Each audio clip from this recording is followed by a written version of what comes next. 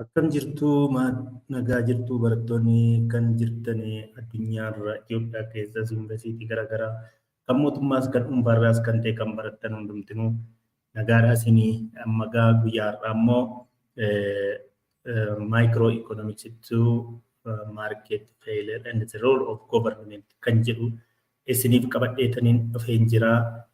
Barattoonni egaa yoo sagaleen dhaga'ama ta'e isin dhaga'amu yoo ta'es koomentii akka nuuf gootanii dursee isinan gaafadhaan kanaafuu amma ittuma fufna jechuudha kallattii uumanii kanaafi gaaffii yoo qabaattan yaada yoo qabaattanis hundumti keessan iyyuu asumarraatiin yaadas nuuf kennuu ni dandeessu barattoonni kanaafuu amma kallattiimaan market failure and the role of government kanaafuu maayinni market failure maalinni barattoota magaa dursinee market failure kan jedhamu kana dursinee ma beekuu qabna kan nu barbaachisus market failure yoo beekna ta'e the role of government is wallaallu hunduma isaayyuu ni beekna jechuudha. Kanaafuu let's see what is the concept of market failure. Akkuma screenii kanarraati argitan the concept of market failure it is defined market failure occurs when the free market fails to allocate resource efficiently or distribute goods and services equitably. Before kita before sirritain resourcing efficiently hojirra ola yote free market keessatti you know the characteristic of the free market. Under the free market the price of goods and services determined under the demand and the supply interaction. That means by the market forces jennee market force kanatiin determined ta'e yookiin distributed ta'e it is efficient. There is no market failure jennee fudhanna. Garuu market failure yoo kun ta'uudha baate supply and demand resourcing individual interest yoo satisfy gochuudha yoo baate that means free market fail to allocate resources efficiently or distribute goods and services jechuun dandeenya jechuudha. Karaa gabraa it occurs when the price mechanism fails to account for all of the costs and the benefits that are necessary to provide and consume a good. Kana jechuun egaa jaallatamtoota barattoota keenyaa wanti asirratti beekuu qabnu when the price mechanism we have different market structures whether they are perfectly competitive or imperfectly competitive. The price mechanism for both perfect and imperfect competitive markets are different. That means market structure by itself is the one that causes the market failure.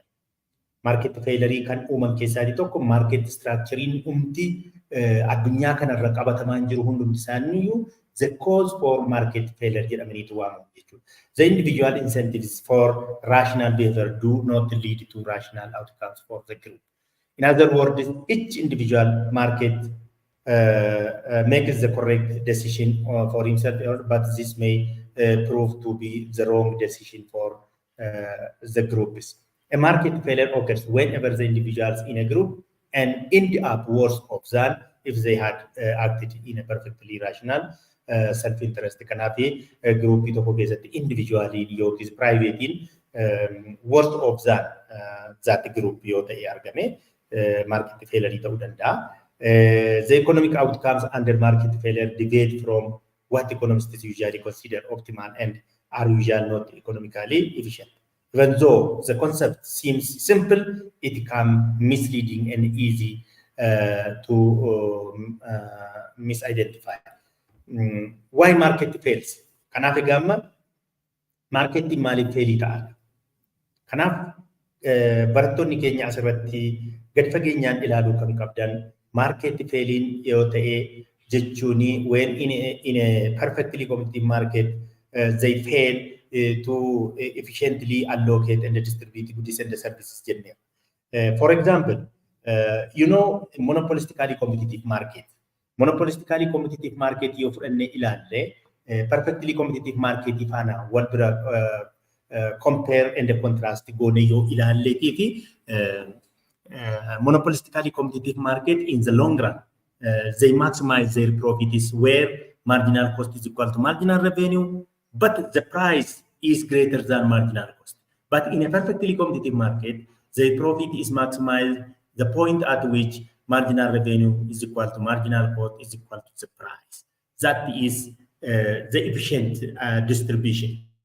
When we compare this profit maximizing points of monopolistically competitive market with that of a perfectly competitive market, there is a difference in production, there is a difference in price. In a monopolistically competitive market, as you know, firms maximize their profits where the price is greater than the marginal cost. Again, the firms maximize their profits the point at which their average cost is declining, not at the minimum point. But in a perfectly competitive market, they maximize their profits and the price is at the minimum or equal to the minimum of average cost. Average cost minimum is already maximized. Some at the declining point of price. I mean, average cost is minimized. Cost is anyone. This causes excess capacity. The problem of excess capacity, that means limiting the quantity. That means in a monopolistically competitive market, the firms produce more, but they charge higher prices. But in perfectly competitive market, they charge the low price and more output. That is the efficient in perfectly competitive market. Fail kan godhanii fi perfectly competitive market keessatti kana gochuu waan hin dandeenyeefidha jecha. It is obvious that in the real world that it is not possible for markets to be perfect due to marketing kamiyyuu perfect ta'uu hin danda'u. Sababni isaa maaliif inefficient producers ni jiru. Externality in jira. Externality, when we say there may be positive externality or negative externality, that there is environmental concern, lack of public goods, government responses to market failure. All these things, due to these problems, market is fair. The next is the common types of market failure. Common types of market failure in gosa baay'eetu jiru. Commonly cited market failure include externalities. Mamma ilaalle kana positive and negative externality kan jedhaman jiru. Positive externality maayini, negative externality immoo maayini kan jedhu itti dhufna. You know, monopoly, monopolistically competitive marketing, the combination of monopoly market and perfectly competitive market jennee ilaalle ture yeroo darbe keessatti. Monopoly, that means when the firms have a monopoly power on their products, they can minimize their outputs and increase prices to increase their profits. Externality that there is information asymmetries, information that means imperfect information. Information in data is adverse selection and moral hazard is information asymmetry keessatti ilaalla. Isaan kun fi factors immobility, that means there are different factors of production including human power. This immobility of the factors of production by itself is one market failure. Kanafi factoring bakka tokkooti gara bakka tokkooti freely moving ta'uu taanaan market failure ta'uu danda'a. Akkamitti market failure ta'uu danda'a isa jedhu kan ammoo itti dhufneetu in ilaalla. Kanaaf egaa hordoftoonni keenya kanaas irratti beekuu qabna. Example of public good yoo fudhanne national defense is one such public good because each citizen receives similar benefits regardless of how much. Kanaaf amma national defense yoo fudhanne ilaalle lafa waliinii yoo fudhanne ilaalle isaan kun public good jedhama. What is public good and what are the good example of the public good kan jedhamu hin ilaalla. Dursa garuu solution to market failure kan jedhu kana mee haa ilaalluuti. What are the solution to market failure? That means the role of the government to minimize this problem of market failure. There are many potential solutions for market failures. This can take the form of one private market solutions, private ijaragashuun mataan isaa namni akka dhuunfaa isaatti akka industrii isaatti marketing gara privatization yoo deebi'ee such that of perfectly competitive market jechuu keenyadha. Kan biraa government imposed solution or voluntary collective action solutions. Governmentiin yookiis immoo mootummaan dhiibbaa kan taasisuu fi fedhiidhaan namoonni ijaaramanii iddoo tokkotti kan waliin hojjetan mataan isaanii market failuriidhaaf akka solutioniitti ta'uu danda'u. Namoonni gareedhaan ijaaramanii maal gochuu naannoo isaanii kunuunsuu ta'uu danda'a. Laga naannoo isaanii jiru akka inni hin poluutti akka hin taaneetii fi kosiitti gatuu kana namni walii galee seera dhaabbatee murteeffatee ta'uu danda'a. Fakkeenyaaf bosonni naannoo keenya jira ta'e bosona naannoo keenya jiru sana namni tokko galee akka muka achi keessaatii hin kunneef seera tumachuu danda'u namoonni naannoo sanaa jechuudha. Seera tumatanii bosona sana dabareedhaan eeguu yookiin immoo lafa waliinii sana akka isaan eeganii lafti sun akka inni kunuunfamu gochuu danda'u. These are voluntary collective action solutions jedhamaniitu waamamu. Externalities such as pollution are solved with tort laws which is that increase opportunity costs for the polluter. Karaa gara biraa immoo pollutionii yookiis faalama naannoo kan gadi xiqqeessan mootummaan seera baasuudha qaba. Seera mootummaan baasee sanatti namoonni fakkeenyaaf amma naannoo kana warshaan jira ta'e warshaa kanaatii gaditti kan jiran namoonni yookiin immoo naannoo sana qilleensa kan faalu yoo ta'e warshaan sun warshaan qilleensa faalu kun mootummaan dhiibbaa irratti geessisuu qabaachuu qaba naannoon sun akka hin faalamneef jechuudha. Yookiin immoo naannoo lagaa irratti warshaan dhaabbatee yoo ta'e lagdi sun darbaa gadi yaa'a yoo ta'e lagicha gara warshaatii gaditti warri jiran faalama laga sanaatiin miidhamuu danda'u. Kanaaf mootummaan waan akkasii irratti to'annoo gaggeessuu qabaadha. Karaa gara biraa immoo mootummaan ofiima isaatiin subsidize gochuu danda'a. Taaksii gochuus danda'a. Fakkeenyaaf there are externality positive and negative I said. For negative externalities the government should impose taxes for the sellers and subsidize for positive externalities. Fakkeenyaaf amma sijaaraa haa fudhannu. Sijaaraan fayyaa namaa irratti dhiibbaa taasisa. Sijaaraa hundi hin dhugu. Sijaaraa kana kan tuutu namni muraasni hin tuutaa kaan immoo kan jibbu jira. Kanaaf amma namoota sijaaraa fayyadaman kana xiqqeessuudhaaf maal gochuu qaba mootummaan oomishtoota kanarratti taaksii impose gochuu qaba. Taaksii guddaa impose yoo godhe gatiin ol ka'aa gatiin yeroo ol ka'u kan immoo dandeettiin warra tuutu kanaaf dandeettiin bitachuu isaanii kun gadi bu'a. Kanaaf akka isaan sanarratti illee dhiibbaa godhamee xiqqeessuu hin danda'a. Subsidize yoo jenne immoo positive externality kan qaban jechaadha. Fakkeenyaaf hospitaalli naannoo tokkotti ijaaramuu danda'a kan mootummaa yookiis kan dhuunfaas jechuudha. Hospitaalli kun positiivis qaba, negative externalities qaba. Kan biraan immoo kan biraanis jiru jechuudha. Fayyaa namaa irratti dhiibbaa kan taasisan naannoo tokkotti ijaaramanii kan jiran dhiibbaa kan taasisan kun negative externalityidha. Mootummaan akkuma nama jedhe akka sigaaraa kana taaksii impose gochuudha qaba. Warra immoo fakkeenyaaf naannoo kunuunsuudhaan kan beekaman mukeetii adda addaa dhaabuus ta'uu danda'a. Qilleensa naannoo baalaansii gochuu irratti faayidaa kan qaban jechuudha. Kan akkasii kana immoo mootummaan subsidize gochuudha qaba. Akka kanaatti market failure kana xiqqeessuu ni danda'ama. Keessumaa immoo private collective action waliin ijaaramanii naannoo isaanii eeguu irrattis ta'uu danda'a. Kunuunsa biyyee ta'uu danda'a. Waan akkasii kana warra jiran namoonni privately walii galanii consumption isaanii yookiis itti fayyadama isaanii akka xiqqeessan gochuu danda'u jechuudha.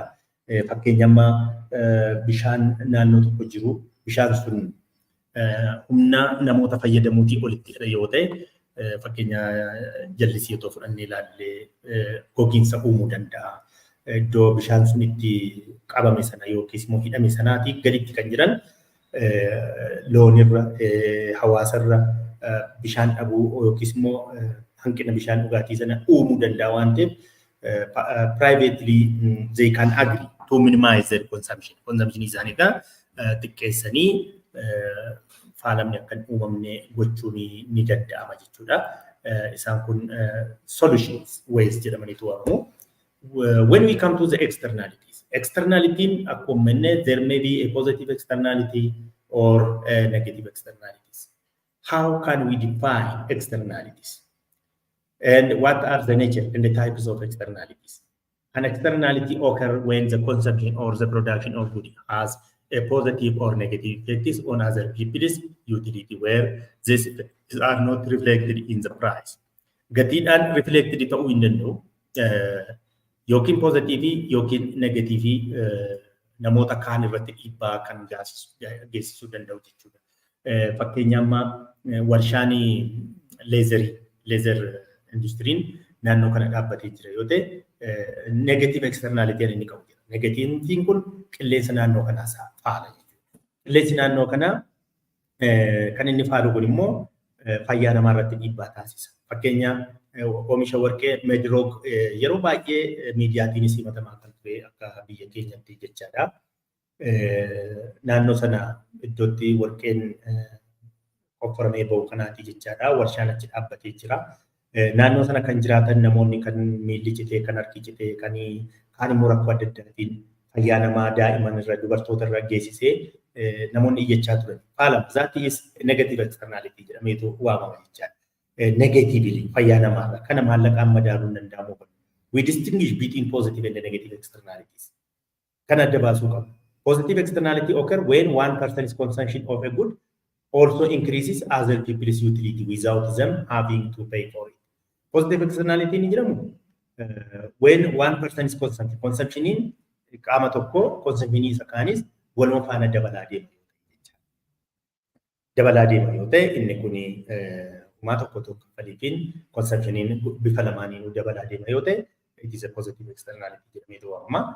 Fakkeenyaa madiira makaafannee gareedhaan individual collection collectively if they are organized to keep the natural resources around them waldaadhaan ijaaramanii fakkeenyaaf bosona yookiis immoo biqiltuu dhaabuudhaan oomisha biqiltuu irratti kan ijaaraman yoo jiraatan naannoo keenya biqiltuun kun kan isaan ooman kun consumptioniin isaanii garee sanaan hin gargaara.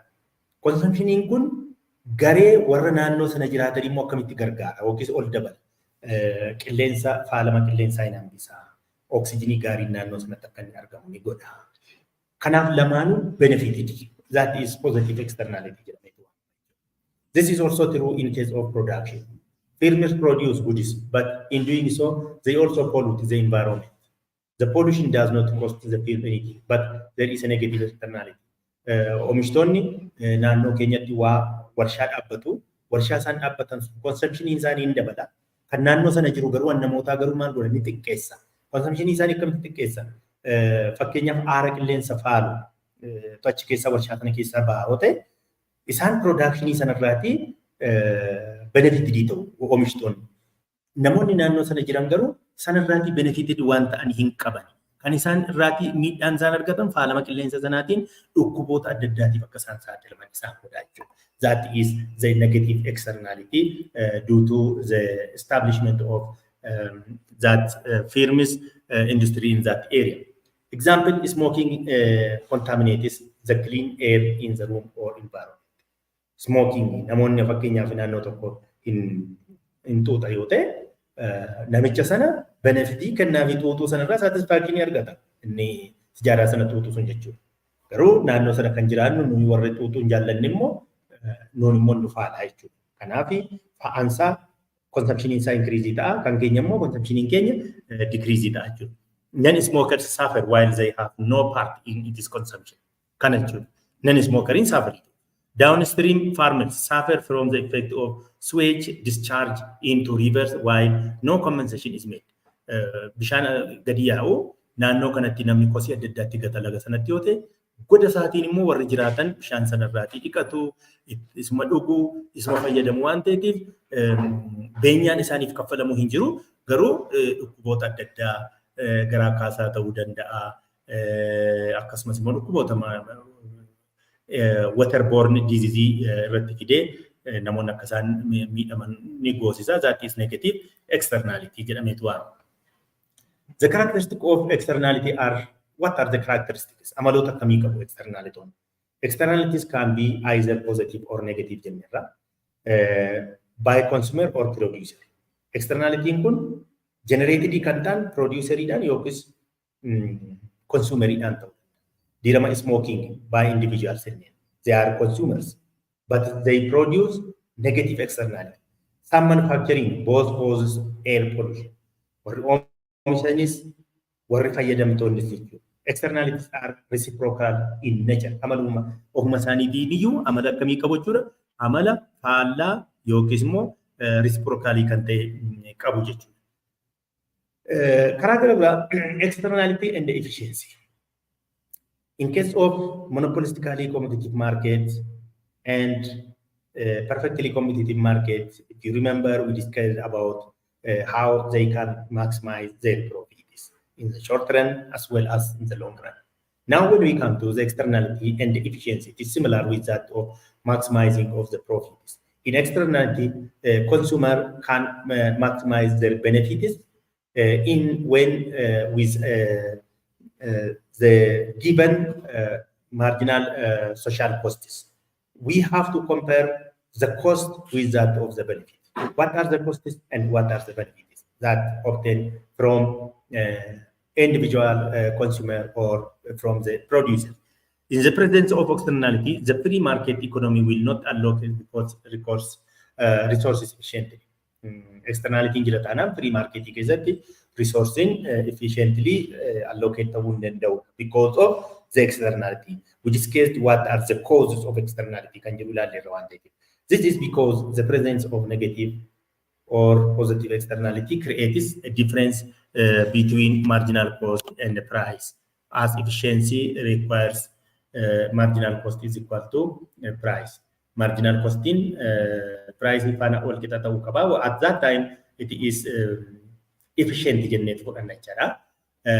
Negative externality yeroo jennu immoo when there is a negative externality, marginal social cost greater than private marginal cost, as there is an external cost of pollution. Marginal social cost in private marginal cost iti olitti ta'etu argama.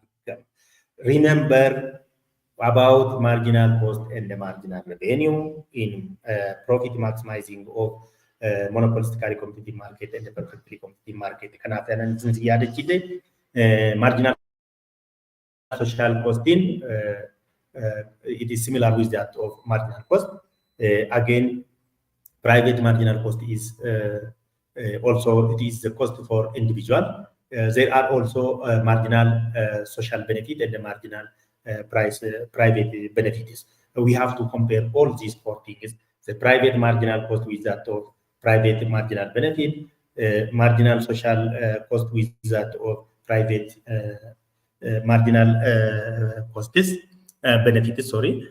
This will create a difference between marginal private cost and the price, and hence inefficiency. Inefficiency akka kanaatti uumama jechuudha. Asuma graafii kanarraatti ilaaluu dandeenya. Marginal social cost, marginal private cost. Now let's see the point at which marginal private cost is equal to marginal private benefits. The negative downward sloping this point is it is the private marginal benefits. Marginal benefit, it may be that means it is demand. Private cost, marginal private cost, marginal social cost more. Isang kanana jechuudha. At E, this small e letter and the P is the price. Now this PE with Q, it is that maximizing profit, that is efficiency. Efficiency because marginal benefit is equal to price, is equal to marginal benefit, is equal to marginal private cost. But when we come to marginal social cost, is equal to marginal benefit at E star, P star, E star, and Q star. Now there is underproduction. under production, but in case of this E and the Q, it is efficient. Now the point between E star and the C, E star and the C, this is what we call deadweight loss. Inni kun amma loss jechuudha. Kanaafi inni sirriin isaa efficiently allocate otoo goone resource kana Q kana irrattidha ture. Garuu immoo marginal social costiin marginal benefit faana kan inni asitti E star irrattidha waan ta'eef kana gidduu kan jiru C fi E gidduu kana kan jiru kun inefficiency dha. Kanaatiif Q stariin kun asitti under production irra jira waan ta'eef asirraatti kan inni jiru overproductionin kun maal nutti agarsiisa? That is externality agarsiisa jechuudha. Profit maximizing condition requires marginal private cost is equal to price and hence point E, whereas the social optimal point is at E star. Therefore, overproduction arises to the amount of O star E, that is at point E, welfare, consumer surplus plus producer surplus minus externality. So O E star D plus O E star C, that is a welfare at point E star. Point E star in kunimmo ishee kana jechuudha. At social benefit, social equilibrium dha waan ta'eef jechuudha. Welfare consumer surplus plus producer surplus asitti amma consumer surplus plus producer surplus minus externality. Asitti immoo consumer surplus plus producer surplus welfare is equal to O E star D. O E star where is D? D, this one. Ishee kana jechuudha. O E star D dha. Kanaaf amma welfarein and socially achittidha. Kanaatiin welfare isaanii thus W of point E less than W of point E by the amount of E star C, and hence there is deadweight loss or efficiency loss to the amount E star C. E sumandira masini kaase kana jechuudha. E star C is deadweight loss or loss of efficiency jennee fudhanna jecha. Loss of the amount of this one. Deadweight loss jedhameetu waamama jechuudha. Private in and in loss ta'e E star less than W of point E jenneerra. Positive externality and efficiency yoo fudhanne ilaalle in the presence of positive externality, marginal social benefit is greater than marginal private benefit as there is external benefit. Marginal social benefit in amma kasadi ramamiti marginal social costing and the marginal private cost dirama ilaallerra asitti positive externality jiratana marginal social benefit greater than marginal private benefit as there is external benefit. This will create the difference between marginal private benefit and the marginal cost and hence inefficiency uumame kun jecha. Kunooti amma marginal private costing jira, marginal social costing, marginal social cost is equal to marginal private costing and all straight lining kuni. Marginal private benefit fi marginal social benefit immoo isaan kana pointiin nuti argachuu qabnu marginal private benefit is equal to marginal private cost is equal to marginal social cost at E point. But the marginal private cost is equal to marginal social benefit at E star point. Kanaafama E welfare in marginal social benefit kun E star irratti isa kanammoo E irratti dha waan ta'eef now marginal social benefit is greater than that of marginal private benefit is under this. We have C as consumer surplus, producer surplus, and then the difference between C and E is external benefit. External benefit insa ishee kana E B ishee jettu kana, that means E to C D. E C D inni jennu kun marginal benefit dha. Kanaafi positive externality akka kanaatti ibsuu dandeenya.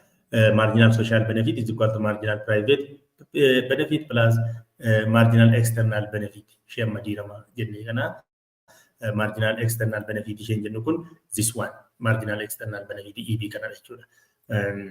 Profit maximizing requires marginal private benefit is equal to marginal cost and hence point E. The social optimal point is at the Easter, therefore underproduction arises to the amount of Q costat at point E. W is equal to consumer surplus plus producer surplus plus external benefit. This one at point Easter, welfare is equal to consumer surplus plus producer surplus. That is this point. Thus, W of point E star greater than W at E. Point E by the amount of E star C. Isa jennu kana E star immoo lakkoofsa amma E star C ishee kana jechuudha. Isa kanaatti welfarein caaleetu argata. And hence there is a dead weight loss or efficiency loss to the amount of E star C. Dead weight loss jedhameetu waamama jechuudha inni kun. E star C isheen jettu kun dead weight loss jedhameetu zeewaana. This is external benefit, consumer surplus, producer surplus. Now here is the dead weight loss ishee kana akka kanatti yaadachuu qabdu irra deddeebitanii ammallee konseptiin isaa yoo isiniin galletes yaada yookiis komentii laachuu ni dandeessu. Avoiding externality kana solution in some mind. For negative externality, we have a different solution. Per unit taxi dabaluu qabna. Negative fakkeenyaaf sijaaraa diirama kaafne irraa sijaaraa kana fayyaa nama irratti qilleensa faalama fayyaa naannoo irratti rakkoo fida waan ta'eef taksii mootummaan irratti ol kaasuudha qaba. Private bargaining between the affected parties warra affected party ta'an gidduutti orka uumuudha qaba. Defining and enforcing property rights for those who would like to pollute the environment. Kanaafi abbummaa qabeenyaa questerum kan jedhamudha. Property right clearly identified ta'uudha qaba. For positive externality immoo there are provided per unit subsidy mootummaan jajjabeessuudha qaba. Taaksii gadi buusuufii qaba. Kan biraan immoo diggoomaa yookiin immoo subsidize gochuu qaba. Akkasaan jajjabeeffamuun gochuudha qaba jechuudha. Because the private and the social both benefits from this positive externality. Just if the private firms are subsidized, they will supply optimal output. The per unit subsidy should be common and hence the total amount of subsidy to be provided is DE kan jedhu graafii irraa ilaallee jirra. Public goods kan jedhamu immoo public goods dirama gaatti dhufna jennee turre amma kunoo dhufnirraa what are public goods? Are goods or services for which the producer cannot limit consumption to buying consumers and for which the consumption by one individual does not limit the consumption by the others. National defense is one example. Kanaaf public good kan jedhamu qabeenya waliiniti kan ummataati kan ebeluuti kan jedhamu hin jiru. Inni tokko isa tokko irraa dhorkuu hin danda'u. Hundumtinuu bifa walqixa ta'ee fi mirga walqixaatiin itti fayyadamuu ni danda'u jechuudha. Fakkeenyaaf national defensein ilmi nageenyaa saba tokkoof yookiis garee tokkoof miti kan inni dhaabbatu akka biyyaatti kan dhaabbate jechaadha. Isaan kun eenyuyyuu fiyyuu miti hundumtinuu waluma qixa irraa qooddata bu'aa nageenyaa jechuudha naannoo sana kan jiran. It is very difficult to privately produce the optimal amount of national defense. Kanaaf private nama dhuunfaaf akka kanaati jennee nama dhuunfaa tokko garaa ga'uu hin dandeenyu kan walii galaati waan ta'eef jechaadha. These are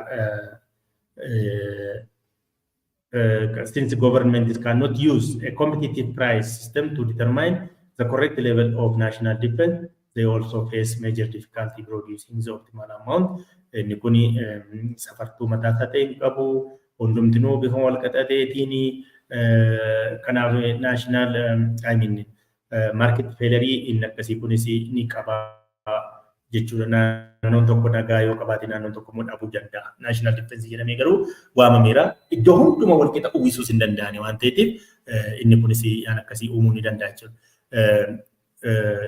Kanaaf public goods are goods whose benefits are shared, benefits are equally shared. Generally speaking, public goods have two major features. Non-rivalry in consumption kan jedhu inni tokkoffaani inni kan biraan immoo excluded non-excluded. Inni tokko non-rivalue in consumption. Once the good is provided or supplied, consumption by one person does not reduce the quantity which is available for consumption by another. Eenyuun xiqqeessuu hin danda'amu yookiin immoo eenyu irraayyuu dhorkuun hin danda'amu. Hundumtuutti fayyadamuu danda'a. Wal'aansoos hin qabu, dorgommiis hin qabu. Hundumtuu tasgabbaa'ee fudhachuu. This means that the same amount is left for the remaining consumers. Isuma argame sanatu namoota warra kaanis akka isaan fayyadaman godhama malee kun kan awwaayidii kun kan eksiidii kun kan zeddiiti jedhamee kan lakkoofsaan taa'u hin qabu jechuudha. Inni kan biraan nen excludabilityidha. Amma inni kun nen rivaaliidha. Dorgommii hin qabu. Irratti wal dorgomuu barbaachisu hundumtuu waluma qixa bifa mirga wal qixa qaba itti fayyadamuuf. Inni kan biraan nen excludability. It is difficult and expensive to prevent or to exclude someone non-payers from consuming the goods. Isa tokko irraati dhowwuun hin danda'amu. Inni tokko nen rivaaliidha. Inni kan biraan nen excludabilityidha. Dorgommii hin qabu. Irraatiin inni tokko immoo exclude keessaa gochuu hin dandeenye. Ati keessaa bahi. Ati siinsin ilaallatu jechuu hin danda'amu. Hundumtuutti waluma faana fayyadama jechuudha. There is no competition. There is no excluding one person or anybody. Goods that fulfill both these properties are known as pure public goods. Property akkasii kana kan fulfill godhan maal jedhamanii waamu? Pure public goods jedhamaniitu waamamu jechuudha. Fakkeenyaaf examples of such goods are national defense diiramoo keenya qilleensa biodiversity eenyuyyuu rivaaliitiin qabu nama keessaatii abaluun hin ilaallatu jechuun dandeenyu hunduma ilaallata. These are extreme cases. Warra akkasii kun warra addaan jiranidha. At the other extreme, pure private good kan jedhamanis immoo jiru, which are rivaleless in consumption and excludable. Faallaa isaan sanaati jechuudha. Fakkeenyaaf amma most goods around us fall into this category. Example, food items. Mana nyaataa hoteelli jiraachuu danda'a. Uffata ta'uu danda'a. Meeshaalee manaa ta'uu danda'a. Mana ta'uu danda'a. All these are rivaleless and their consumption are excludable. Namni dhaqee abbootii barbaadee galee nyaata sana namni maallaqa qabu qofaatu. Inni maallaqa hin qabne galuu hin danda'u. Pure public good garuu waan qabu isaan hin qabnes itti galee fayyadamuu danda'a. Barbaachisu waan itti kaffalluuf qabu. Pure private good garuu namoota kamiif jechaadha kan hin eeyyamu. Namoota dandeettii bituu sana qaban yookiis itti fayyadamuuf dandeettii warra qaban maallaqaan ta'uu danda'a jechuudha. Nama akkasiiti. Yoo barbaade immoo abbaan barbaade mana kootti ol gashuu danda'a. Abbaan barbaade mana koo gashuu danda'a. Abbaan hin barbaadu jedhamu mana koo fiduu dhiisuu danda'a. Kanaafi excludable jechuun kanaafidha jechuudha. Abbaan barbaade nan affeera. Abbaan jibbi immoo affeeruu dhiisuu danda'a. Pure private goods jedhamaniitu waamu. There are also goods which fell in between these two goods. Kana lamaan gidduutti kan kufanis immoo jira. Pure public goods kan hin taane, pure private goods kan hin taane, mixed kan taane, pure public good and pure private good. Kana lamaan walitti qabatanii kan jiran mixed warra ta'an jiru. A good can satisfy one part of the definition of a public good and not another. This kind of goods are called impure public goods jedhamaniitu waamamu. Based on this, we can generally classify these things as excludable, non-excludable kan jedhamanii. Rivaleless kan ta'an excludable yookiin immoo kan private isaan kun jechuudha. Pure private goods, example, food, clothing, samman ilaali. Rivaleless ta'anii immoo non-excludable, common fuel resources or congestible goods, example, fish stocks, timber, coal, national health service, road, etc. Amma isaan kun non-excludable. Garuu rivaleless dorgommii qabu yookiis immoo competition hin jira jechuudha. Maal of keessaa qabu? Rivaleless and private qabu. Karaa gara biraa immoo public goods qabu. Common pool amma fakkeenyaaf baga waanaa bakkatti bishaan daakan jechuudha. Maallaqa kaffalanii iddootti daakan sana jechuudha. Namni kan inni galu rivaleless competition hin jira. Galanii argachuuf yookiis immoo congestible goods fakkeenyaaf amma qurxummii iddoo itti horsiisa qurxummii ta'uu danda'a. mana mukaa hojjetan ta'uu danda'a, cilee iddoo baasan ta'uu danda'a, tajaajila fayyaa biyyoolessaa ta'uu danda'a, karaa ta'uu danda'a. Karaa nama ribaarilleesiidha garuu nan excludabiliidha. Maali fakkeenyaa fudhannu karaan hunduma jechuu miti. Ribaarillees nan excludable kan jedhaman isaan kamii fakkeenyaaf haayiwayii Finfinneetii gara Adaamaatti. Haayiwayiin Finfinneetii gara Adaamaatti kun it is non-excludable but it is ribaarless. Sababiin isaa namoonni kaffalaniitu achiin kan baane waan ta'eef yoo abbaan barbaade kaffaluu danda'a taanaan achiin darbu. Kan biraan non-ribaarless warri jedhaman immoo kilab gudis. Example sinima. Mana sinima ribaarless hin qabu. Abbumti barbaade galuu danda'a. Tikeettiin barbaachisu jira. Tikeettii sana kaffalatee naan eenyuyyuu dorgomaan qabu anatu caalaa anatu dursaa hin qabu. Kan biraan private parks. Namni dhuunfaan paarkii qabu jira.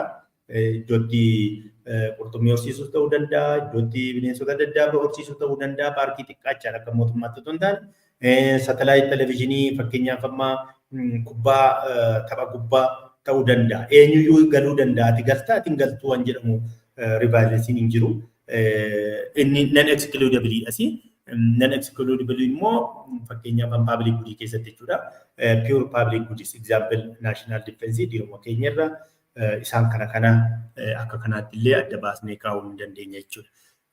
Karaa biraa the difference between pure private and pure public good garaagarummaa qabanii pure private good fi public good tokko divisibility. At certain price individuals may consume different amounts in pure private. But in public good, indivisibility. Private public good keessatti indivisible. In pure private good, it is divisible. Kan biraan externality dha. In private good, there is no externality. But in public good, it is usually characterized by the existence of externality. Because there is inefficient allocation of resource in public goods, free riding resource can free riding without any payment. Anybody can ride that resource. Public good keessa fakkeenyaaf lafa waliinii, bosona waliinii, lafa dheedicha horii waliinii. An akkasii kun laga waliin namni itti fayyadamu. Free riding jedhamaniitu waamamu. It causes externality uma hanin pure private good immo non externality da. The other is with marginal cost. There is usually positive marginal cost, that means additional cost by the additional person. Private keessatti there is positive marginal cost da. But in public good characterized by zero marginal cost, additional cost incurred by an additional person is obtaining the service is zero. Additional cost in jiru jechuudha. Kan biraan decreasing average cost dha. In pure private goods, it may or may not be subject to economic of scale, depending on the size and the scale of production. But in public goods, characterized by decreasing average cost, since they are subjected economies of scale. Average cost insa decreasing ta'uudhaanidha. Han pure private garuu decrease ta'uudhaan ta'uu dhiisuus danda'a because it is subject to the economies of scale jechuudha. Private in economies of scale rakkoo jira. Economies of scale problemii hin qabu public keessatti jechuudha. The other is imperfect information. One characteristic of the market failure is imperfect information. Keessumaa market failuriin iddoo meeqatti qoodama jennee ilaalleerra. Inni tokko monopoly powerii dhanneerra. Public goodiin kan biraadha jenneerra. The other is imperfect information inis waa biraadha jechuudha. Asymmetric information jechuun maal jechuudha? Is a situation in which a buyer and a seller possess different information about a transaction. Inni kun inni bituu fi inni gurguru seelerii fi baayerii gidduu informationii garaagaraatu jira. Beekumsa seeleriin qabuu fi beekumsa waa'ee oomishichaa irratti baayeriin qabu garaagara jechuudha. Walirraa bituu irratti selling and buying processii keessatti information biasii yookiis immoo information problemiitu jira jechuudha. In other words, asymmetric information is when one party in a transaction is the possession of more information than the other. Fakkeenyaaf fudhannu doktariin qoricha laata. In ajajaa dhukkubsataa yoo isa bira dhaqu dhukkuba kanaatiif kana fudhadhu sa'aatii akkasitti kana fudhattaa sa'aatii kana akkasitti fudhattaa. Waa'ee qorichaa sana dhukkubsataan hin beeku. Kan beeku eenyu qofa? Doktarii qofa. Doktarii qofaatu beeka malee dhukkubsataan sun fudhadhu waanuma jedheef fudhata malee hin ajjeesaasaa hin fayyisaasaa qaama irratti negatiiv saayidii isaa poozitiiv saayidii isaa waan beektu tokko. Information gappiin between seller and buyer akkasii kun asymmetric information jedhametu waama. In certain transactions, sellers can take advantage of buyers because asymmetric information exists whereby the seller has more knowledge of the good being sold than the buyer. Kanaaf doktoriin knowledge guddaa qaba. Dhukkubsataan yoo dhabu garuu knowledge waa'ee qoricha sanaa waa'ee dhukkuba sanaa waan beekuu qabu.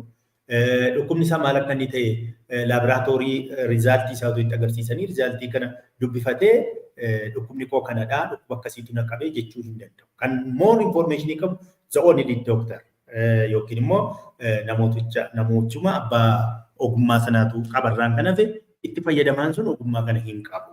Garaagartummaan akkasii kun asymmetric information jedhameetu waamama.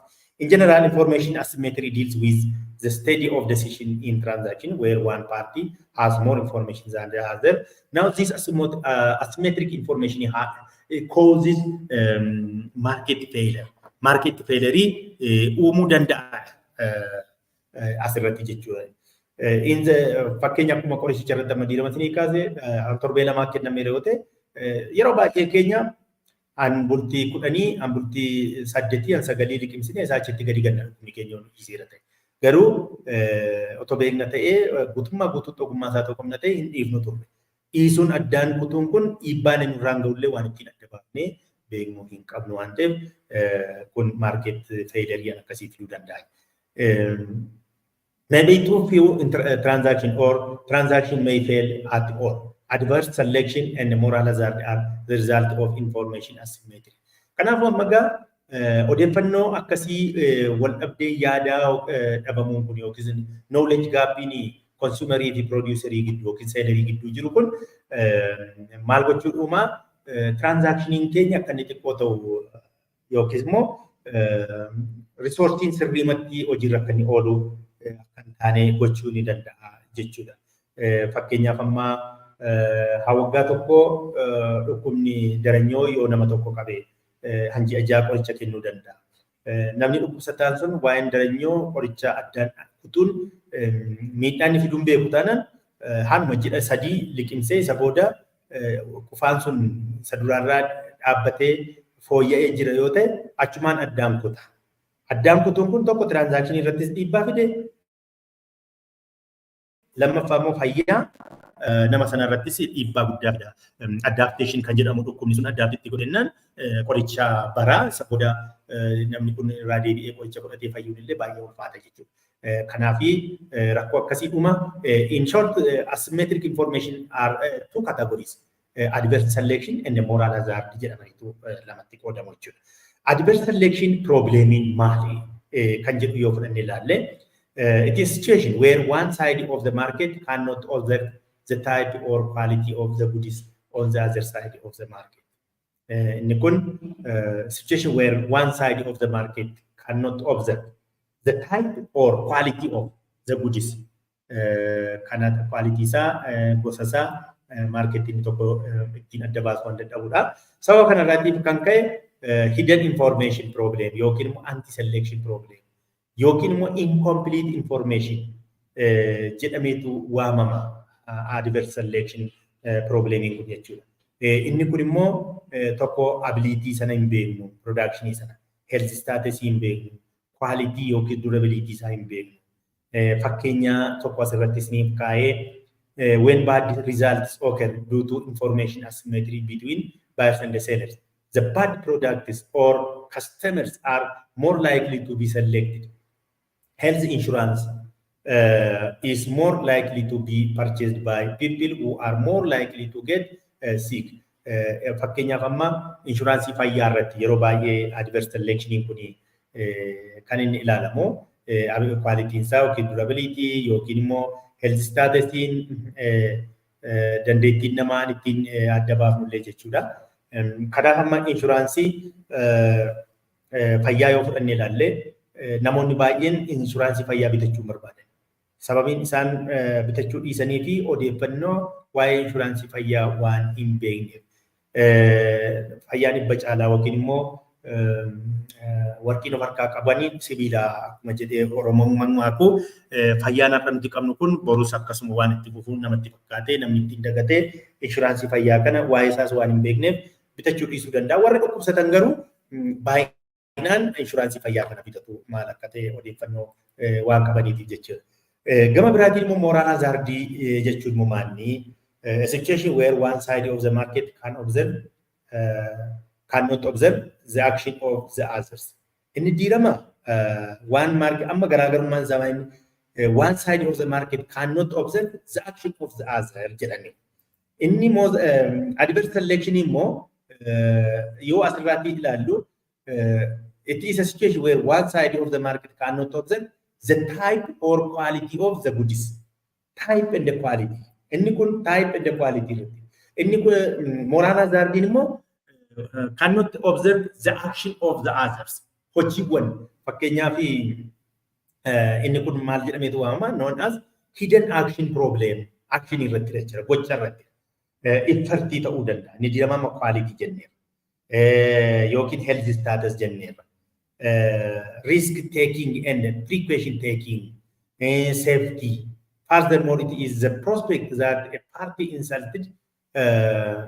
insulated from risk may behave differently from the way it would behave if it was fully exposed to the risk.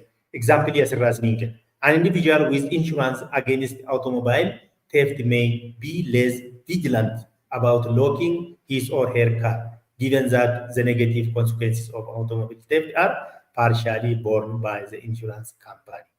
Amma an individual with insurance against a mobile theft may be less vigilant about locking his car, given that the negative consequences of automobile theft are partially borne by the insurance company. Hanni automobile yookiin konkolaataa adda addaa irratti jechuudha. Hanni yeroo baay'ee ni gaggeeffama. Warri insuurdi ta'an yeroo baay'ee konkolaataa isaanii kana qollofanii deemuu kana badaa yaada keessa dhufuu fi maal abdiin isaanii jechuudha. Abdiin isaanii inshuraansii irratti inshuraansiin nuu kaffaluu danda'a. Inshuraansii hanna irratti inshuraansiin gosa baay'eetu jira. Han fayyaa jira, kan lubbuu jira, kan konkolaataa balaa konkolaataa jira, kan hannaa, kan ibiddaa maaloo kan jedhamu baay'eetu jira waan ta'eef hanna yoo jalaa hatame kan jedhu irratti inshuraansii warri bitatan kun yeroo baay'ee konkolaataa isaanii qollofanii hin deemanii.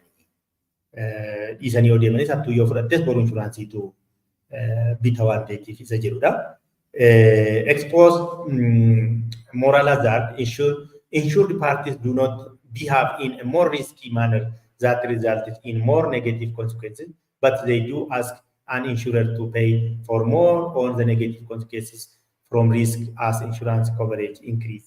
Kanaaf amma isaan yoo konkolaataan hatames warra inshuraansii sana dhaqanii magaafatanii nuu kaffalii jedhu hin kaffalamaa fi qabatamaan kan nuti beeknu yeroo baay'ee inshuraansii balaa konkolaataa warri qaban konkolaataan isaanii dhaqee suuta yoo dhaqee dulloomaa deeme inshuraansii irraatii haaraa argachuuf jedhanii beekaa mallee balaan tokko akkatti uumamee isa booda inshuraansii akka gaafatan kan godhan odeeffannoo tokko nan qaban akkuma kootuu jechuudha. Waan akkasii kun ni jira. Inshuraansii fayyaa kan bitatanis jiru. Inshuraansii fayyaa warri bitatan kun yeroo baay'ee inshuraansii waan qabaniif waa'ee dhukkubaaf yaaddaan waan fayyaa qabu waan ta'eef jechaadha. Yeroo kamiyyuu dhaqanii mana yaalaatti har'as boros otoo of ilaalanii fayyaa isaanii ijoollee isaanii haadha manaa isaanii sakattaa isaanii maalirra akka jiran dhukkubni jiru garuu kan akka san godhanis ni mul'ata. That is moral hazard jedhameetu waadamama. The action of the other market gocha sana irratti jechaadha. Asymmetric information kana akkamitti xiqqeessinaadha. Odeeffannoon gaabbiin jiru kun between seller and consumer dha. Akkamitti xiqqeessinaa kan jiru inni tokko wabummaan hin kennama waaraantiis kan jedhamu jechaadha. Kan biraan ofiima isaanii signaaling yeroo baay'ee barreeffama adda addaa eeriyaa isaanii irratti ni kennu. Deddeebisanii repeat purchaseidha. Deddeebisanii akka isaan bitatan gochuudha. Karaa gara biraa immoo jajjabeessuu kana badhaasa adda addaa kennuu kana namoota gaarii godhan fakkeenyaaf amma namni konkolaataa oofu tokko konkolaataan isaa otoo balaa tokko hin qaqqabsiisiin waggaa 3 waggaa 4 oofeera yoo ta'e shufeerii sana badhaasuun gara fuulduraatti iyyuu konkolaataa isaa kana akka ija isaatti qabee akka inni deemu taasisa jechuudha. Karaa dhuunfaatiin akkasi fakkeenyaaf televezyiiniin bita yoo ta'e waaraantiin hin kennama jechuudha. Waaraantii jechuun waastinnaa sanatti jennee waan jennudha jechuudha. Yoo fudhannee gallee gaafa ji'a tokko gaafa ji'a lamaa yoo jechuudha baate geessineetu qabeenyaa sanatti laannaa biraa haaraa isaa fudhannee gallaa gadabii qaban namti kunuyyuu jechuudha. Kan biraan gama mootummaatiin immoo maal gochuudha qabaadha. Tokko oomisha irratti seera baasuudha qabaa. Kan biraan eeyyamaa daldalaa isaanii irratti barbaachisummaa isaa ibsa gochuudha qabaa. Uummata irratti uummanni bakka jirutti yookiin public miidiyaatiin ta'uu danda'a waan adda addaatiin yeroo baay'ee odeeffannoo kennuun baay'ee barbaachisaadha. Bifa kanaatiin asymmetric information kanallee xiqqeessuun ni danda'ama. Kabajamtoonni barattoonni keenya baay'ee obsaan inni dhaggeeffatanii hanga yoonaatti nu wajjin waan turtaniif baay'ee galatoomaan jedha. Yaada yoo qabaattan komentii jalatti yoo laattan komentii keessan inni fudhannaa deebii sillaanna itti akkasumas immoo gaaffii yoo qabaattanis gaaffii yoo barreessitan gaaffii keessan kana achuma irratti komentii jalatti isinii deebisuu ni dandeenya. Guddaa galatoomaa warri har'uma viidiyoo kanatti dhuftan subscribe gochuudhaan maatii taatanii guyyaa biraas viidiyoo yookiis barnoota isiniif laannu akka argattaniitiif isin gargaara. Warri immoo maatii mataatanii dhaggeeffachaas turtan immoo share gootanii yoo like gootan miidiyaan keenya isinii cimaa nuti isinii cimnaa. Kana caalaas immoo kan amma qophii amma qabnu irratti caalaasaas immoo isiniif qopheessinee isin gammachiisuudhaaf nuyi immoo hawwii keenya dhamaatii nuti qabnudha waan ta'eef guddaa galatoomaa bakka jirtan hundumaatti nagaan isiniif haa ta'u asuma irratti dhaaba.